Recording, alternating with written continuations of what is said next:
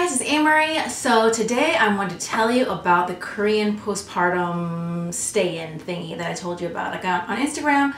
I remember I told you that I would tell you about it if you were interested, and a lot of you said that you did want to hear about it. So even though it's been, my baby's 5 months now, actually. He's about to be 6 months Tuesday. So yeah, it's just taking a minute to like kind of get all into gear and get everything together.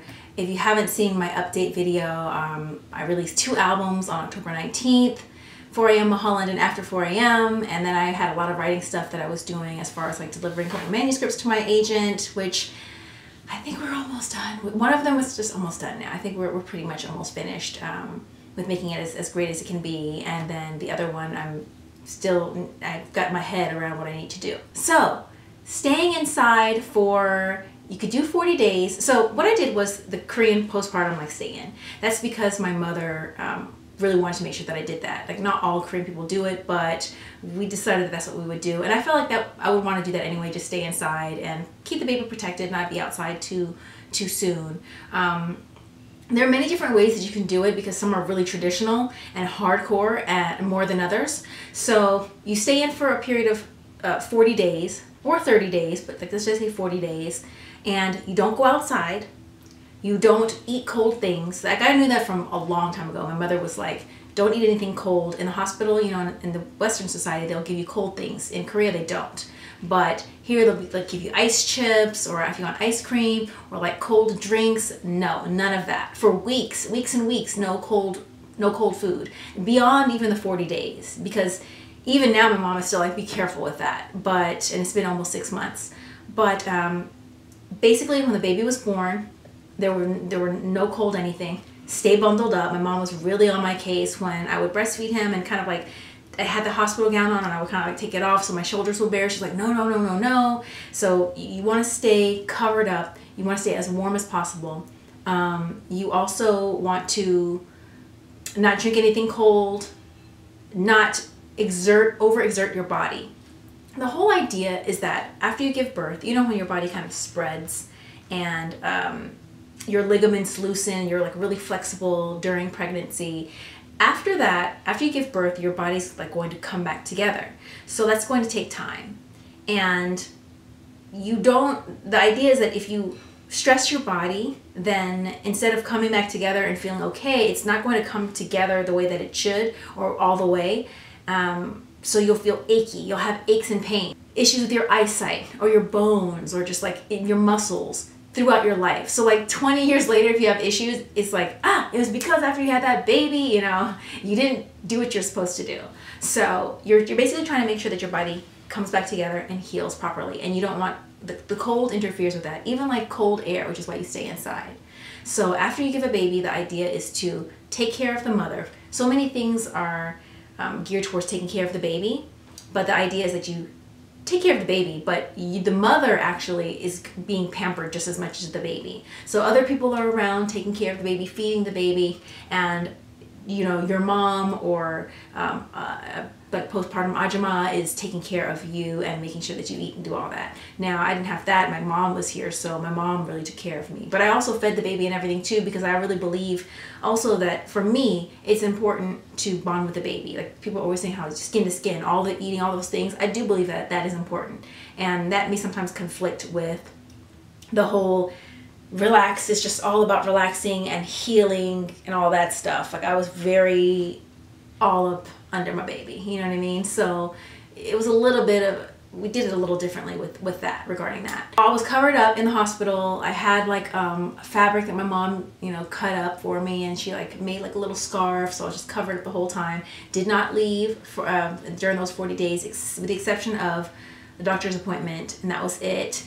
My mom was in town, and actually at the very end, or the end of the 40 days, we went to just eat lunch one time, and she wanted so badly to take me to sushi because she knew I missed sushi, but she just like, we can't, you're not supposed to go outside. And we went out that one time, and the whole time we went out to eat at Earth Cafe actually, and my mom was like, we're sitting in the corner like way over there, and I was like, oh, I think I might want a drink. My mom was like, Angela, go get a drink. And Angela's like, Amy, we can just go get it, it's right there. My mom was like, go get it, you know, because she didn't want me to walk in the wind and any little breeze. She's like, I feel the breeze. So it's just, we were trying to be really, really careful. And she did kind of regret that we went to eat lunch, although it was a great memory and it was a great time, and I'm so happy that we went. She was really apprehensive about it. So the idea is you stay home. So we did that 40 days.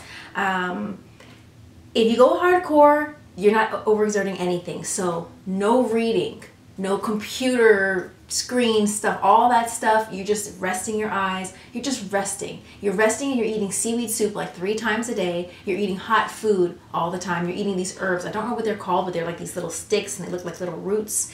And I was drinking that for a long time. That helps tone the uterus. I'm sure some of you, if you're Korean, you may know what I'm talking about. If not, you can probably Google it. Even if you are Korean and you don't know what I'm talking about, you can probably still Google it and find out what they were called. I tried to Google it and I couldn't find it actually, and my mom told me the name was like the Korean name for it. And she went to someone specifically for that to get those roots. So I was eating seaweed soup like 3 times a day. I did not go outside at all. I made sure I read. But I didn't read too much because my mom was kind of like literally like over my shoulder, like not too much reading, not too much on your phone, because you're supposed to rest your eyes. If you don't do that properly, you could ruin your eyes for the rest of your life or hurt your eyes. So later on in life, they'd be damaged when otherwise they wouldn't be. No exercising. Walking, of course, you can walk a little bit, but you have to be careful. So walking to exercise comes later, but it would come after the 40 days anyway, because you're not leaving your house for 40 days. Even after the 40 days were over, around 10 weeks, my mom was still saying it was still too early to exercise, and I had no complaints because I kind of didn't really feel like it. I mean, the funny thing is, okay, so let me finish telling you about it, what the thing is, and then I'll let you know how my experience was. So in Korea, a lot of people have their family members come over, just like here. You have your family come over and take care of you, your mother, your aunts, and things like that. They also have ajumas, like doulas, who will come if you don't have that. In Korea, and I think here too, in maybe K-Town, I believe, there are places that you can go to after you have your baby. You actually just go and check in. It's like a hotel or like a boarding house, and you stay there for a couple of weeks or longer. But I think a lot of people don't want to be away from their family for that long. And then you have it there. They take care of you there. And so you're not even home. But I would really miss my baby. Do you go with your baby? I'm not sure if you go with your baby or not, but you're basically not, you're being cared for, so you're not really totally taking care of your baby. Someone else is doing a lot of that, taking care of the baby. But you basically go to this boarding house. So again, hot foods all the time, no cold foods, no outside, no air. Even if the air is warm, no breeze. No showering, that's hardcore. And the no reading and all that stuff, that's hardcore too. The no showering, because again, you're gonna be wet, you're gonna be cold. So we limited that. I still showered, but it was like limited. So it wasn't like every day. But I was still fresh anyway, very fresh. But yeah, so you want to limit that so you don't get cold. Obviously washing your hair, you don't want to do that because then your head's going to be cold. So you want to, hardcore, not at all. Less hardcore, once a week, once every 2 weeks, if you have to. But if you don't really have to, you're not going anywhere anyway. You're staying in your house. You're not exerting any energy. So you're not working up a sweat. However, no air conditioning either. So if it's hot in your house, good. If it's very warm, you're still covered up. No short sleeves. You have to be socks, sweatpants, top, long sleeves, covered up with a little fabric thingy. So it's like not a scarf, but a little fabric. It's all about being bundled up. I was hot actually.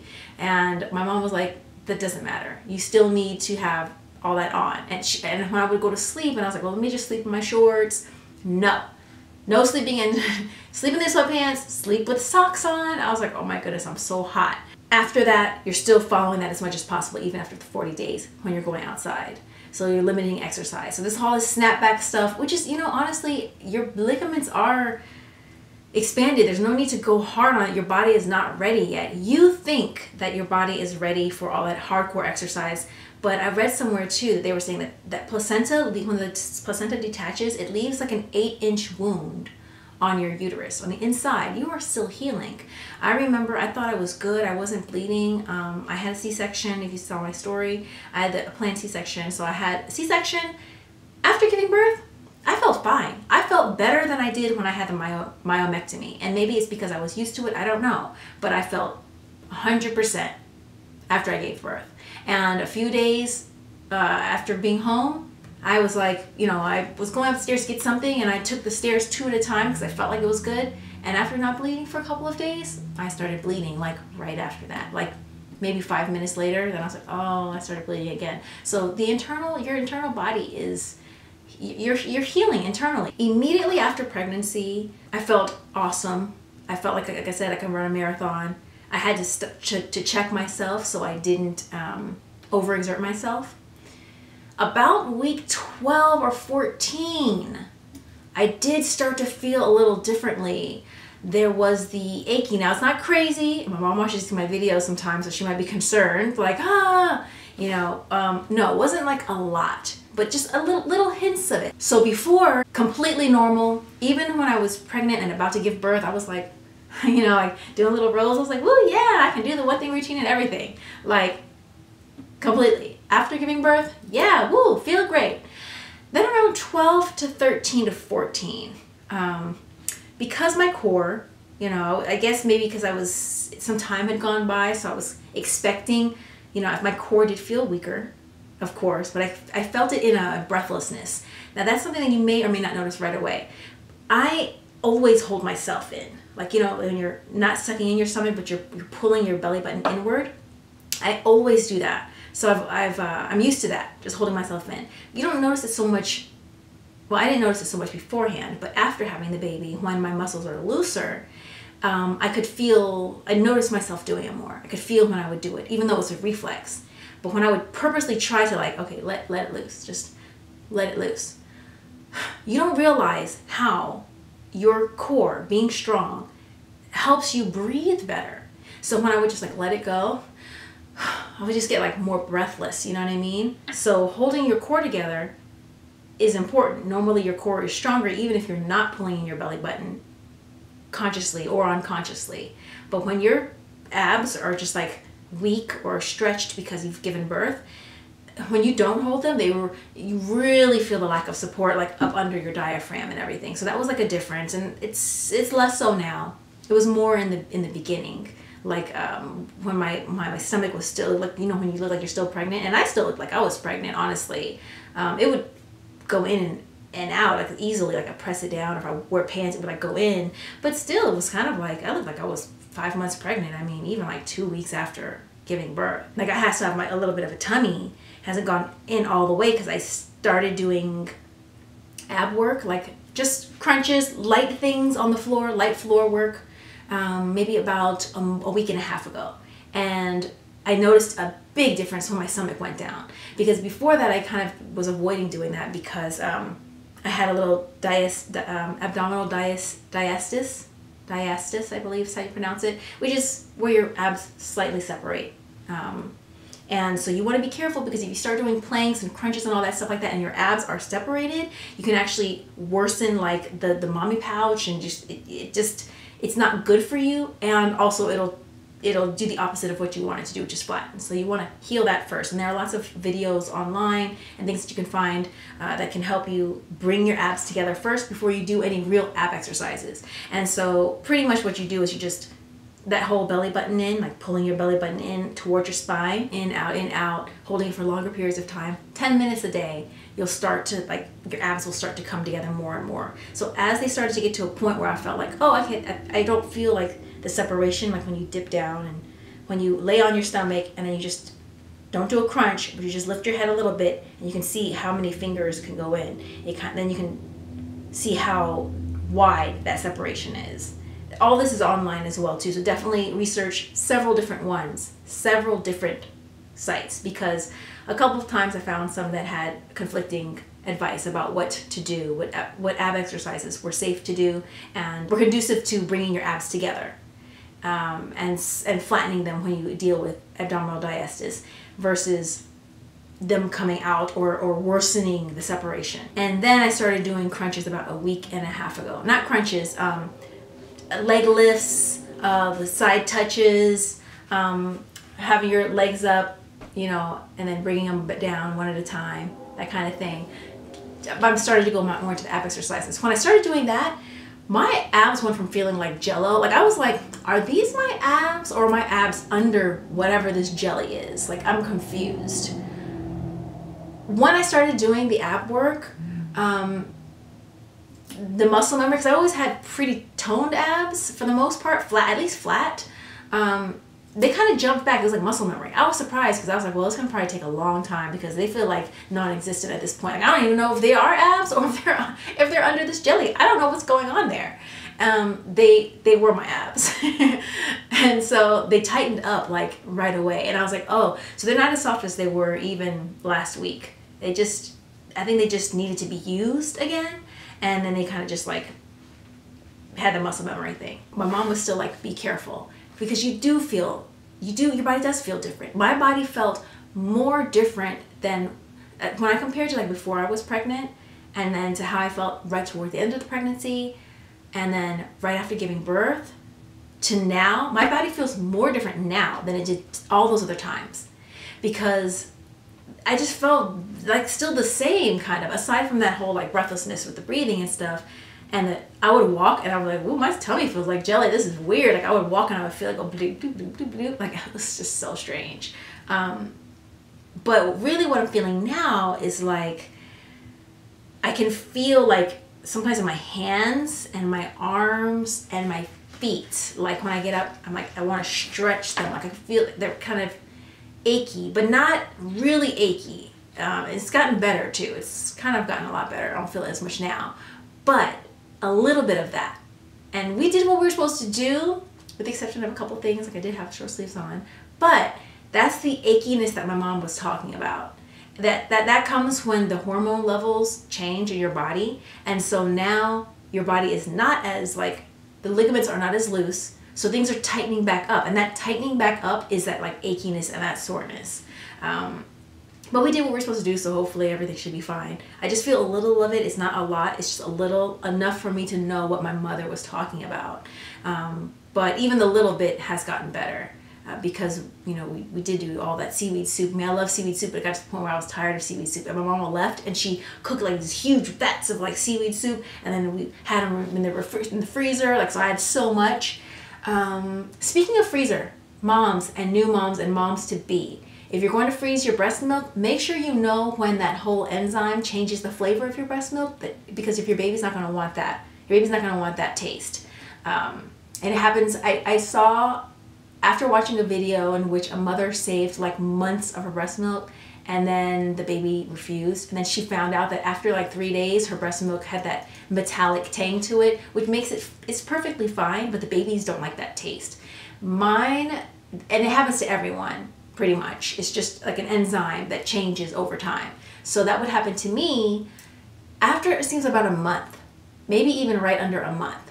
And at the time I had about 2.5 months stored, but not a crazy amount, but just still, I was like, oh, so I'm using that breast, that was gonna throw it away, but I saw that you can use it for a milk bath. So my baby will be having milk baths with that milk, and even spoiled milk, do that with your breast milk.